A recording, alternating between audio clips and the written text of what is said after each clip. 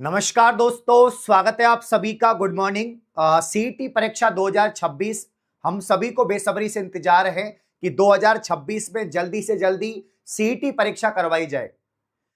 अब क्या पात्रता रहेगी, कैसे क्या प्रोसेस रहेगी, क्या योग्यता रहेगी, वो तो नोटिफिकेशन आएगा तब पता लगेगा। लेकिन एक दोस्तों यहां पर खुशी की लहर सामने आई है, एक सूरज की किरण नजर आ रही है इस सीईटी एग्जाम को लेकर।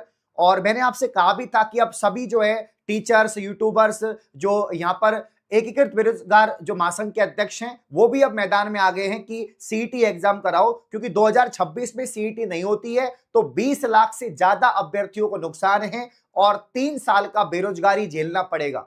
इसीलिए सीईटी करवाना जरूरी है। हम 23 भर्तियों से सीधे सीधे बाहर हो जाएंगे।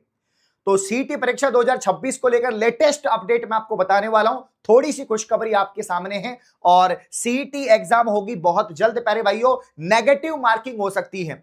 एक बच्चा भी कमेंट कर रहा था, सर यही होना बाकी था क्या? भाई 60% पात्रता कर रहे हैं, प्री और मेंस कर रहे हैं, ये तो हम झेल रहे हैं। ये भी झेलना बाकी था क्या कि नेगेटिव मार्किंग भी होगी? जी हां दोस्तों, ऐसी खबर आ रही है, नेगेटिव मार्किंग होगी। ठीक है ना? तो ज्यादा आपका टाइम वेस्ट नहीं करते हैं, टॉपिक पे चलते हैं। अब मैं थोड़ा लंबी इस सेशन में बात करूंगा, पूरा सेशन देखना।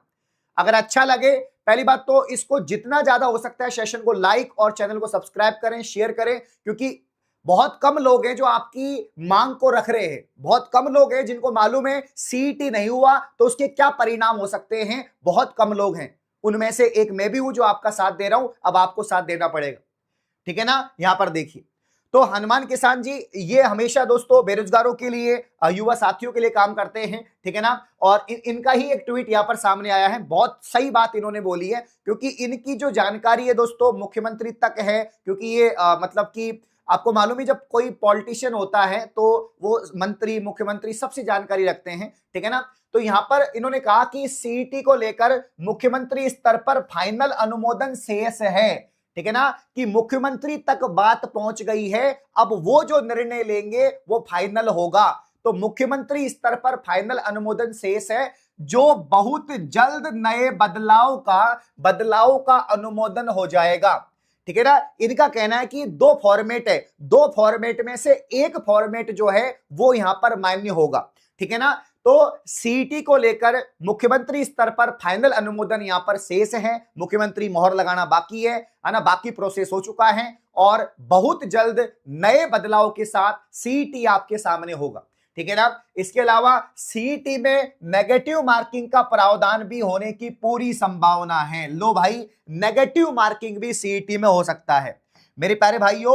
नेगेटिव मार्किंग जो है, नेगेटिव मार्किंग भी सीईटी में हो सकता है। इस बात को ध्यान रखना। ये पहले भी चर्चा हुई थी कि इस बार जो है नेगेटिव मार्किंग रख सकते हैं, और नेगेटिव मार्किंग हुआ तो फिर आपको दोस्तों गहन पढ़ना पड़ेगा, तुक्के से पार नहीं पड़ेगी, ठीक है ना? चलिए, अब यहां पर दोस्तों ये कह रहे हैं कि 2 बेस्ट विकल्प हैं कि सीईटी जो परीक्षा है, सीईटी जो परीक्षा कराई जाएगी, मुख्यमंत्री के समक्ष यहां पर 2 फॉर्मेट रखे गए हैं। 2 यहां पर दोस्तों विकल्प, 2 बेस्ट विकल्प रखे गए हैं, जिनमें से एक पर फाइनल ठप्पा लगेगा।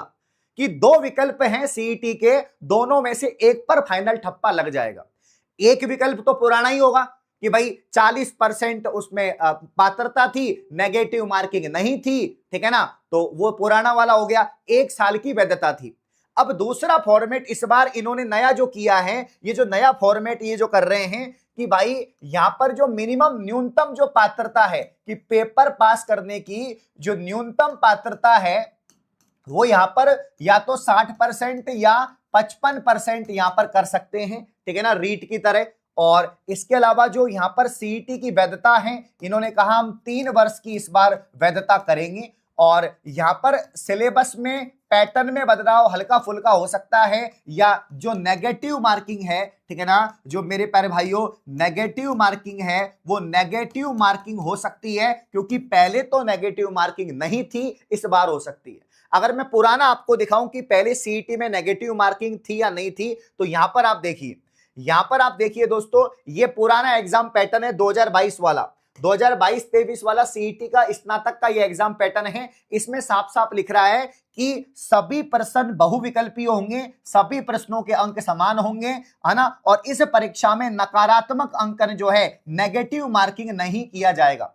तो पहले तो नेगेटिव मार्किंग नहीं था, लेकिन अभी नेगेटिव मार्किंग कर सकते हैं, क्योंकि पेपर को टिपिकल बनाने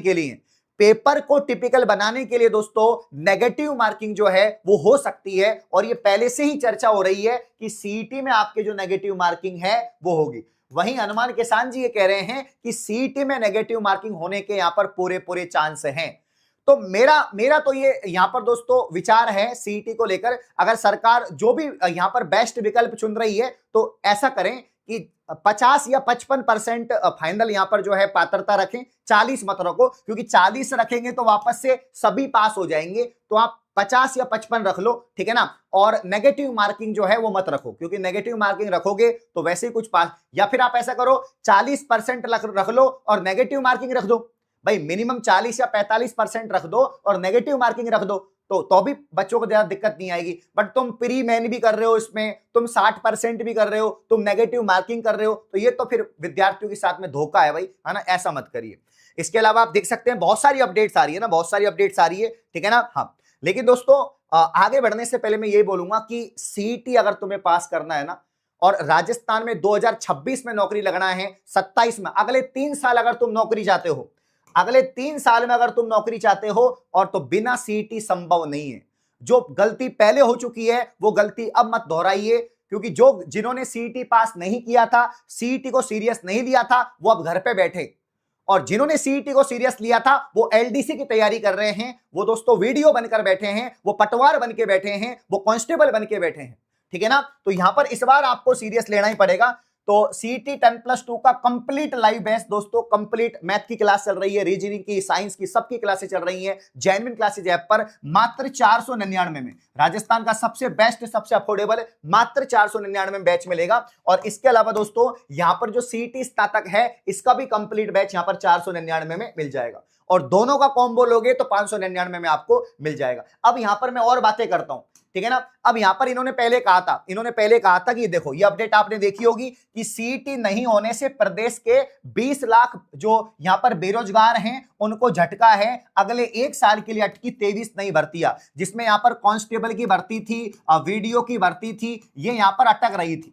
लेकिन अब दोस्तों एक खुशी की लहर सामने आई है। हनुमान किसान ने बात हुई है कि मुख्यमंत्री स्तर तक ये बात पहुंच चुकी है। 2 फॉर्मेट है जिनको मान्य किया जाएगा, 2 में से 1 को मान्य करेंगे, ये आपको मालूम है, ठीक है ना। तो सरकार, ऐसी क्या वजह है कि 2 साल के समय पर सीईटी एग्जाम तक नहीं हो पा रही है, और जबकि सालाना होनी चाहिए, ठीक है ना। तो ये यहां पर मुद्दा उठा है। आलोक राज ने भी ये कहा कि मैं सरकार से जल्द मिलूंगा, मैं अधिकारियों से जल्द मिलूंगा, 2-3 दिन में मीटिंग संभव होगी। तो अब दोस्तों सीईटी बिल्कुल स्टार्ट हो चुकी है, रेगुलर दोस्तों, अब हलचल मच चुकी है, जल्द इसका नोटिफिकेशन आपको देखने को मिलेगा।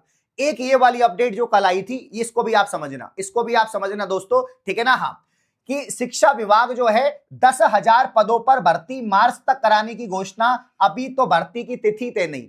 एक यहां पर मैं आपको बता दूं, एक कैलेंडर आया था, यह आपको मालूम होगा, एक कैलेंडर जारी किया था 1 लाख पदों पर, 1 लाख पदों पर यह कैलेंडर जारी किया गया था दोस्तों राजस्थान सरकार के द्वारा। मुख्यमंत्री साहब ने धाड़ के कहा, हम तैयारी करते रहो, भर्तियों की बिल्कुल कमी नहीं होने देंगे, 1 लाख भर्तियां निकालेंगे। ये देखो 1 लाख भर्तियों का कैलेंडर निकाल दिया है, इसकी exam date, form date, result date सब दे दी है। तो भाई तुम्हारा क्या हुआ? तुम तो मार्च में 10,000 भर्तियां निकालने वाले थे, है ना। तुम तो मार्च में जो है 10,000 भर्तियां निकालने वाले थे, क्या हुआ? गायब हो गई, मार्च गायब हो गई, क्या निकाला तुमने? तो भर्ती परीक्षाओं का कैलेंडर गड़बड़ाया, 10,000 पदों पर ना भर्ती निकली, ना परीक्षा हुई, ना कुछ हुआ, ठीक है ना। तो यहां पर सरकार ने जब भर्ती परीक्षाओं का कैलेंडर जारी किया था तो बेरोजगार युवाओं में उत्साह था, यार 10 लाख मतलब 1 लाख पदों पर भर्तियां आई हैं, नोटिफिकेशन आएंगे, एग्जाम होंगे, ठीक है ना।